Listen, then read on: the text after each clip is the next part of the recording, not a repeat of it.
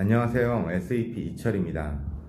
지난 영상에서는 SAP Predictive Analytics를 이용한 분류 분석 모델을 만드는 데모를 진행을 했었습니다.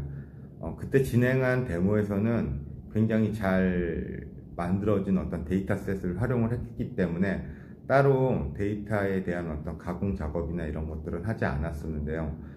저희가 현실적으로 접하는 데이터는 데이터가 이렇게 잘 정리되어 있는 형태로 존재하지 않고요. 굉장히 다양한 형태로 나뉘어져 있는 경우가 다반사입니다. 예를 들면은 마스터 데이터, 그 다음에 그에 대한 어떤 트랜잭션 데이터, 그리고 그 어떤 속성 정보들을 연결시키는 레퍼런스 데이터와 같은 그런 형태로 나뉘어져 있기 때문에 저희가 예측 모델링을 하기 전에 그러한 데이터에 대한 어떤 결합이나 변경, 그 다음에 파생 변수를 처리하는 작업이 필요합니다. 물론 저희가 SQL 코딩을 이용한 어떤 그런 작업을 진행할 수도 있고요. 오픈소스를 쓰게 되면 파이썬, 판다스와 같은 라이브러리를 사용할 수도 있습니다. 하지만 이번 영상에서는 SAP Predictive Analytics에 탑재된 데이터 매니저란 도구를 활용을 해서 코딩 없이 얼마나 쉽게 그리고 유의미한 파생 변수를 생성시킬 수 있는지를 보여드리려고 합니다. 그럼 시작하도록 하겠습니다. 데모를 진행하기 앞서서 오늘 진행할 그 데모 내용에 대해서 간략하게 파워포인트로 설명을 드리도록 하겠습니다. 화면을 보시면은 아까 말씀드린 것처럼 데이터가 완벽하게 정리된 형태로 되어 있는 게 아니고 여기 보시는 것처럼 마스터 정보와 트랜잭션 정보로 나뉘어져 있는 경우 이 데이터를 유의미하게 어떻게 결합을 해서 파생 변수를 생성시킬 수 있는지에 대한 설명입니다. 이 케이스는 고객 마스터가 이렇게 존재를 하고 있고요. 그 다음에 이 고객들이 일으킨 트랜잭션 정보들, 즉 이 케이스에서는 구매 이력 정보가 될 수가 있을 것 같습니다. 고객 마스터 정보는 각각 레코드가 유일하게 분리가 될 수가 있지만 트랜잭션 정보에서는 이 고객들이 여러 번 구매 이력을 남길 수가 있기 때문에 이 고객 번호가 중복이 돼서 이제 발생이 되는 거죠. 저희가 단순하게 데이터를 결합을 하는 경우, 즉 SQL에서 조인이라는 형태로 결합을 시키게 되면은 아마 이 데이터가 고객 번호가 많이 중복된 형태로 만들어지게 될 것 같습니다. 물론 예측 모델링에 그러한 형태로 활용을 할 수도 있겠지만 대부분의 케이스는 지금 이 아래와 같은 형태로 이 고객 마스터 기준으로 이 구매 이력 정보가 서머리가 돼서 옆에 이제 달라붙는 형태로 만들어야지 예측 모델링에 적합한 어떤 그런 형태라고 보실 수가 있습니다. 그리고 이 구매 이력 정보가 이 고객 마스터에 이제 붙을 때 여기 보시는 것처럼 뭐 3개월 전이라든가 2개월 전 저희가 이제 정의한 어떤 그런 기준으로 데이터가 이제 만들어져서 이쪽에 붙을 수가 있겠고요. 또한 뭐 상품별로 구매 횟수라든가 그 관련된 누적 구매액 같은 것들이 또 파생 변수로 생성이 될 수가 있을 것 같습니다. 이러한 형태는 아까 말씀드린 것처럼 SQL로 가공을 하게 되면 굉장히 복잡한 형태의 SQL이 만들어지게 되고요.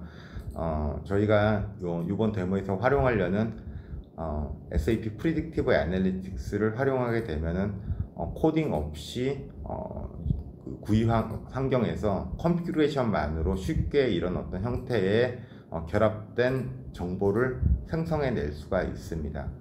그럼 데모로 진행하도록 하겠습니다. 네, 지난 영상에서 보신 SAP Predictive Analytics 클라이언트 UI입니다. 왼쪽 페인에 있는 그 메뉴들은 지난 영상에서 간략히 설명을 드렸었고요. 저희가 이번 데모에서 활용할 그 기능은 이 데이터 매니저입니다. 데이터 매니저를 클릭을 하게 되면은 이 중간에 여러 가지 기능들이 탑재가 되어 있는데요. 이 내용을 다 말씀드리면 너무 시간이 길어지기 때문에 오늘은 그 중에 앞서서 파워포인트에서 설명드린 그런 기능만을 말씀드리도록 하겠습니다. 앞서서 말씀드린 마스터 데이터와 트랜잭션 정보를 결합을 하고 거기에 관련된 유의미한 그 파생 변수를 생성시키는 작업은 이 Create Data Manipulation 이란 메뉴에서 작업을 진행을 할 수가 있고요. 클릭을 해 보겠습니다. 클릭을 하게 되면은 먼저 마스터 데이터를 선택해야 되는 그런 그 메뉴창이 뜨게 됩니다. 제가 데이터 소스로 쓰려는 것은 SAP 하나 데이터베이스를 사용을 할 거고요. 여기서 이제 그 미리 그 데이터가 업로드된 그 고객 마스터 정보를 선택을 해 보도록 하겠습니다.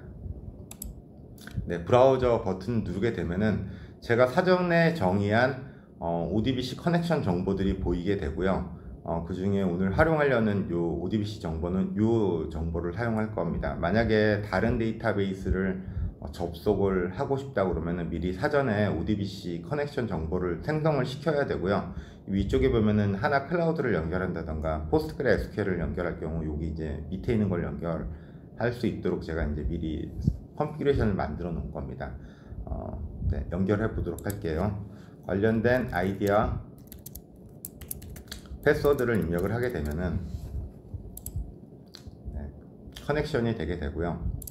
카탈로그를 클릭을 하게 되면은 여기 이제 그 스키마 정보들이 나타나게 되는 거죠. 그리고 여기 안에서 제가 사용하려는 정보가 이 안에 들어 있습니다. 그래서 클릭을 하게 되면 굉장히 많은 테이블들이 보이는데요. 그 중에 제가 네, 커스터머라는 요 텔코 커스터머라는 정보를 이제 활용을 할 거고요. 선택이 된 겁니다. 네, 일단 선택이 됐고요. 넥스트 버튼 누르게 되면은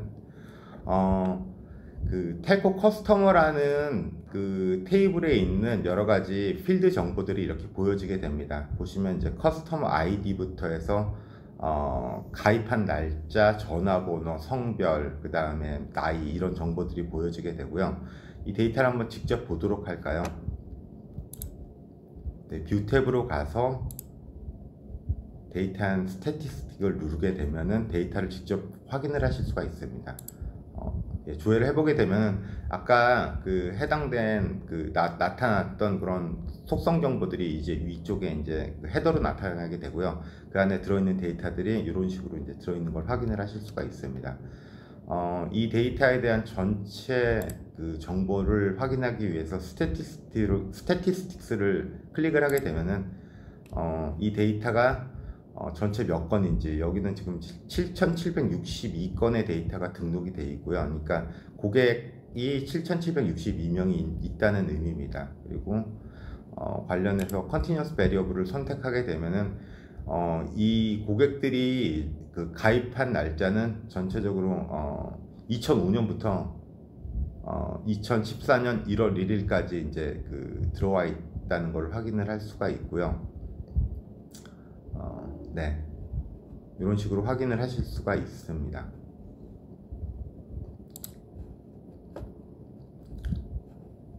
네, 그러면은 그 데이터의 마스터 데이터에 대한 내용을 이제 확인을 하셨고요. 여기에 이제 트랜잭션 정보를 이제 붙이는 작업을 진행을 해야 되는데요. 아까도 말씀드린 대로 이 작업을 그 SAP Predictive Analytics에서는 애그리게이션이라는 이름으로 부릅니다. 그래서 요 지금 플러스 버튼을 누르게 되면은 여기에 데이터를 결합할 수 있는 여러 가지 메뉴들이 나타나게 되는데 그 중에 이제 애그리게이션 메뉴를 활용하도록 하겠습니다. 네, 선택을 하게 되면은 지금 보시는 이런 어떤 창이 나타나게 되는데요. 여기에 그 트랜잭션 정보를 이제 그 선택을 해주면 됩니다. 그래서 지금은 제가 이제 아까 보셨던 그런 하나 데이터베이스에 트랜잭션이라는 걸로 검색을 해보면 이제 이런 테이블이 나타나게 되고요. 이걸 선택을 해보도록 할게요. 여기에 있는 데이터는 어떤 식으로 그 데이터가 들어있는지를 먼저 확인을 해야 되겠죠. 그래서 아까 마찬가지로 데이터를 한번 조회를 해보면은 보시는 것처럼 이렇게 데이터가 보여지게 됩니다.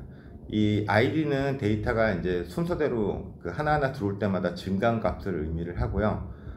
여기 이제 보시는 센트라는 거는 전화를 건 사람, 그러니까 이 지금 트랜잭션이라는 거는 저희 그 통신사 고객들이 그 전화를 건 이력들을 의미를 합니다. 이 이력들은 이제 중계기의 로그로 다 쌓이게 되고요. 그 로그 정보를 지금 갖고 와서 데이터베이스에 이제 테이블 형태로 지금 만들어 놓은 거라고 이해를 해주시면 좋을 것 같습니다. 그래서 이 센트라는 거는 전화를 건 사람을 의미를 하고요. 이건 좀 RECD라고 하는 이제 그 리시버를 의미를 합니다. 그래서 전화를 받은 사람, 그 다음에 통신 유형, 그래서 SMS, MMS, 그 다음에 보이스 형태로 데이터가 들어가 있고요. 듀레이션은 그러니까 통화를 한 시간입니다. 근데 이제 SMS하고 그 MMS 같은 경우는 통화를 하는 게 아니기 때문에 0으로 지금 데이터가 찍혀 있는 거고, 이 데이터에 대한 어떤 타임 이력들, 언제 발생을 했는지에 대한 이력들이 여기에 이제 나타나게 됩니다. 전체 데이터 건수는 요 스태티스틱스에 들어가면 이제 확인을 할 수가 있고요. 전체 데이터가 20만 4,984건의 데이터가 지금 들어있는 것을 확인을 하실 수가 있습니다. 이 상태에서 아까 7,600건의 고객 정보에 이 20만 5천 건 정도의 그 트랜잭션 정보를 이제 붙여서 저희가 의미 있는 정보들을 한번 생성해 보도록 하겠습니다. 일단은 아까 그 마스터 정보는 이미 선택된 상태이기 때문에 그 두 개의 데이터가 결합하기 위한 조인 키가 필요하고요. 그 정보는 전화번호로 연결이 돼야 됩니다. 왜냐면은 중계기에 저희가 그 스마트폰이나 핸드폰을 이용해서 그 통화를 할 때는 고객 아이디 값이 남지가 않기 때문에 결국에 저희가 고객 마스터에 있는 정보와 그 다음에 트랜잭션 정보, 중계기 정보를 연결할 수 있는 그런 키 값은 전화번호가 될 거고요. 그 전화번호는 전화를 건 사람의 그 번호가 될 겁니다. 그래서 고객 마스터 쪽에서는 이제 넘버라는 전화번호를 선택해주고, 여기 이제 그 트랜잭션 데이터, 여기서 이제 이벤트 테이블이라고 부르는데, 여기서는 이제 전화를 건 사람의 정보, 센트라는 어떤 키값을 선택해주면은 두 개의 정보가 이제 결합이 되게 됩니다. 그리고 이 두 데이터를 이제 어떤 식으로 결합시킬 건지에 대한 이제 그 설정이 여기 이제 Aggregate Operation Specification이라는 메뉴로 되어 있는데요. 일단 제가 여기서 먼저 할 작업은 전화를 한 카운트를 구할 겁니다. 그래서 카운트를 한번 구해 보도록 할게요.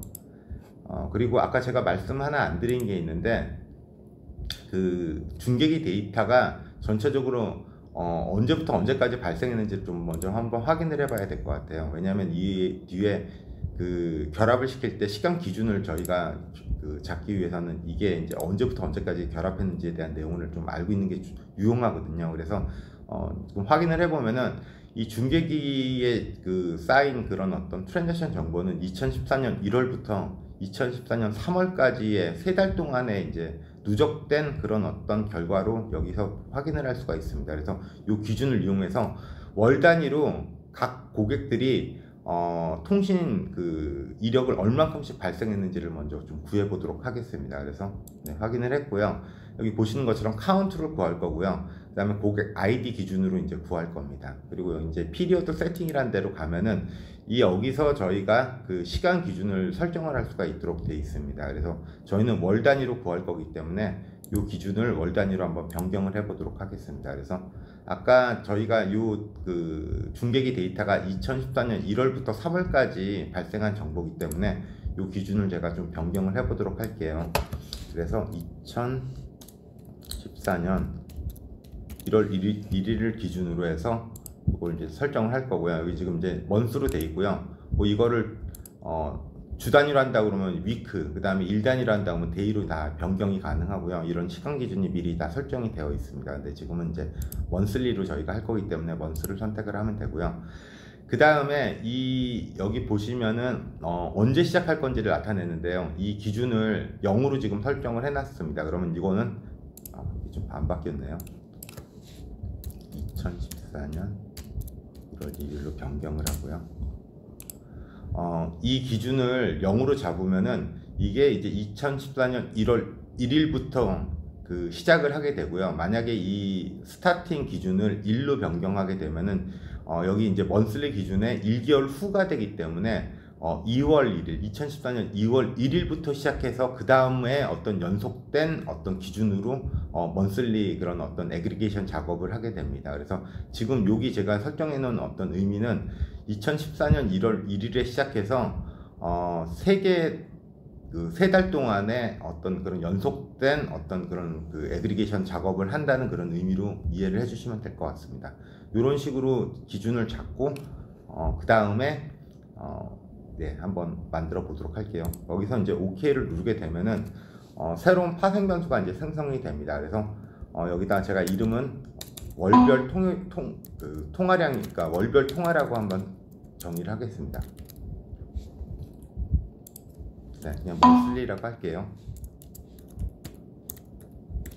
네, 이렇게 정의를 하게 되면은 지금 여기 보시는 것처럼 3개의 파생 변수가 생성이 됐고요. 이름은 이렇게 이제 자동으로 여러 개가 생성이 되기 때문에 자동으로 네이밍이 되긴 했지만 이건 이제 나중에 변경이 가능합니다. 그리고 이 의미는 0은 2014년 1월, 그 다음에 1은 2014년 2월, 그 다음에 2는 3월을 의미를 합니다. 이게 이제 어떤 식으로 됐는지를 한번 데이터를 보면은 조금 더 이해하시기가 쉬울 것 같고요. 데이터를 한번 조회를 해보도록 할게요. 네, 뷰를 누르게 되면은 이제 여기서 데이터를 한번 확인을 하실 수가 있고요. 보게 되면은 원래 있던 고객 마스터 정보가 이제 여기까지고요. 요게 새로 신규로 생성된 파생 정보를 나타냅니다. 그래서 아까 말씀드린 것처럼 이게 이제 2014년 1월 달에 요 지금 고객이 그 통화를 포함해서 SMS, MMS를 34건을 이용했다는 걸 의미를 하고요. 2월 달에는 32건, 그리고 3월 달에는 이제 한 번도 사용을 안 했네요. 이런 식으로 해서 전체 7,600건의 그 어떤 고객 정보에 대해서 이런 어떤 그 사용량, 그러니까 그 핸드폰 사용한 그 사용량을 전부 다 월별로 누적을 해서 이렇게 카운트로 구한 거라고 이해를 해주시면 좋을 것 같습니다. 이 상태에서 저희가 각 고객의 월별 그 평균 통화 시간은 어땠는지를 이제 알고 싶다 그러면은 아까 있는 그 메뉴로 들어가서 다시 한번 애그리게이션을 이제 눌러서 그런 해당 정보를 만들 수가 있을 것 같습니다. 다시 한번 진행을 해보도록 할게요. 그래서 애그리게이션 버튼을 이제 클릭을 하고요. 이번에는 펑션을 에버리지, 평균 통화 시간이기 때문에 에버리지를 선택을 하고, 그 다음에 통화 시간이 나타나 있는 그런 어떤 컬럼은 듀레이션이기 때문에 듀레이션을 이제 선택을 해주면 됩니다. 그리고 마찬가지로 월별로 그걸 구할 거기 때문에 아까 시간 기준이 이거 시간 기준이 다시 현재 시간 기준으로 변경이 되는데요. 요걸 이제 아까 했던 2014년 1월 1일로 변경을 해주면 됩니다. 그래서 네, 이렇게 변경을 하고 나머지 기준은 다 동일하기 때문에 이 상태로 다시 OK를 누르고 이거는 예를 들면은 콜 타임이라고 한번 이렇게 제가 이름을 콜 에버리지 타임으로 할까요?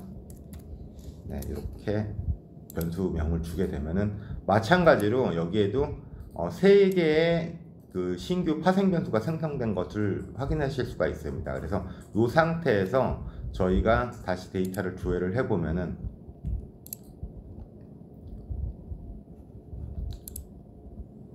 이 사람들이 월별로 통화한 시간 이력들이 얼마나 되는지를 이제 이렇게 확인을 하실 수가 있습니다.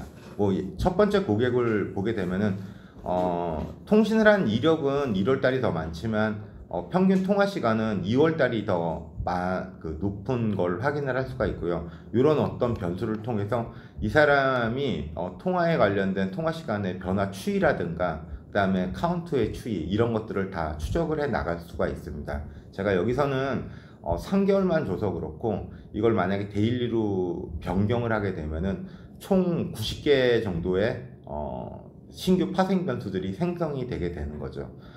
보시면 아시겠지만 이런 작업 자체가 코딩 없이 만들어지기 때문에 저희가 굉장히 쉽게 저희가 아이디어만 있다면 다양한 그런 어떤 그 파생 변수를 생성해 낼 수가 있습니다. 그리고 여기 생성된 그런 어떤 내용들은 전부 SQL 코드로 제너레이션이 되게 되고요. 이게 지금 저희가 마우스 클릭만으로 진행했던 그런 어떤 이 애그리게이션 작업에 대한 SQL 코드를 나타냅니다. 보시면은 몇백 줄 정도 되는 것 같고요. 한 100줄은 넘어가는 것 같고 굉장히 좀 복잡한데 이 쿼리를 저희가 손으로 작성하는 게 아니고 이 UI를 통해서 직접 작성한 것을 의미를 합니다. 그래서 필요한 만큼 아이디어가 있는 만큼 파생 변수를 이렇게 저희가 계속 생성을 시킬 수가 있고요.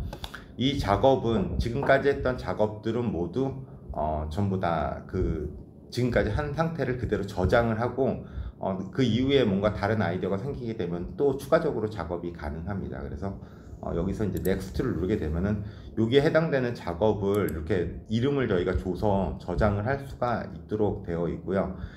지금까지 했던 작업들을 신규 테이블로 생성을 시킬 수도 있습니다. 그래서 여기다가 제가 신규 테이블 명을 한번 주도록 하겠습니다. 그래서 뭐 예를 들면은 new telco 커스터머 테이블, 커스터머 뭐 원이라고 이렇게 이름을 주도록 하겠습니다. 그러면은 요 이름은 이후에 이 작업을 다시 한번 뭐 변화를 주고자 할 때 요 이름으로 선택을 하면은 재작업을 할 수가 있고요. 요건 이제 현재까지 진행한 작업에 대한 스냅샷 테이블이라고 생각을 하시면 됩니다. 이 테이블을 토대로 해서 저희가 추가적인 어떤 비주얼라이제이션이나 아니면은 인사이트를 뭐 얻기 위한 EDA 작업이라든가 이런 것들을 이제 하실 수가 있는 거죠. 그리고 이 작업을 세이브를 하게 되면은 데이터가 이제 전체적으로 한 작업 결과와 해당되는 그 스냅샷이 다 저장이 되게 되는 거죠. 네, 끝났습니다. 그러면은 직접 정말 이 테이블이 생성이 되는지 한번 확인을 해 보도록 할까요? 네, 나가고요. 이 메뉴에서 나가고, 물론 데이터베이스 클라이언트 툴을 열어서 확인할 수도 있겠지만, 여기서도 이 프리딕티브 애널리틱스에서도 그 해당 데이터를 확인을 하실 수가 있습니다. 그래서 이 밑에 보면 툴킷에 오픈 데이터 뷰어라는 메뉴를 선택을 하게 되면요, 여기서 그 해당 하나 데이터베이스에 있는 테이블들을 직접 다 확인을 할 수가 있고요. 네, 클릭을 하게 되면은 커넥션이 만들어졌고요. 여기다 연결을 하고, 그 다음에 데이터셋을 리프레시를 하면 이제 지금 보는 것처럼 이렇게 데이터가 나타나게 됩니다. 제가 신규로 만들었던 거는 그 테이블 이름이 new로 시작을 하죠. new로 한번 가볼까요? 네, 여기 지금 제가 신규로 생성한 new telco customer 1이라는 테이블이 생성되어 있는 걸 확인을 하실 수가 있고요. 이거 직접 한번 열어보게 되면은 아까 원래 있던 텔코 커스터머 마스터 정보에 신규로 생성시킨 이런 어떤 여러가지 파생 변수들이 요 옆에 이렇게 붙어서 새로운 테이블이 생성되어 있는 걸 확인을 하실 수가 있습니다. 지금 보신 내용은 SAP Predictive Analytics 데이터 매니저의 가장 단순한 기능이고요. 그 이외에도 굉장히 추가적인 어떤 다른 기능들이 많이 탑재가 되어 있습니다. 그래서 이런 어떤 여러 가지 기능을 활용하게 되면은 저희가 그런 분류 분석이라든가 그 다음에 회귀 분석, 기타 등등의 어떤 예측 모델링 그런 어떤 시나리오에 필요한 데이터를 굉장히 쉽게 생성해낼 수가 있습니다. 지금까지 SAP Predictive Analytics 데이터 매니저를 이용한 데이터 결합 및 파생 변수 생성에 대한 데모를 보셨습니다. 영상이 좀 의미 있었으면 좋겠다는 생각을 하고요. 다음 영상에서는 SAP Predictive Analytics를 활용한 추가적인 어떤 모델링에 관해서 조금 더 말씀드릴 예정입니다. 시청해 주셔서 감사합니다.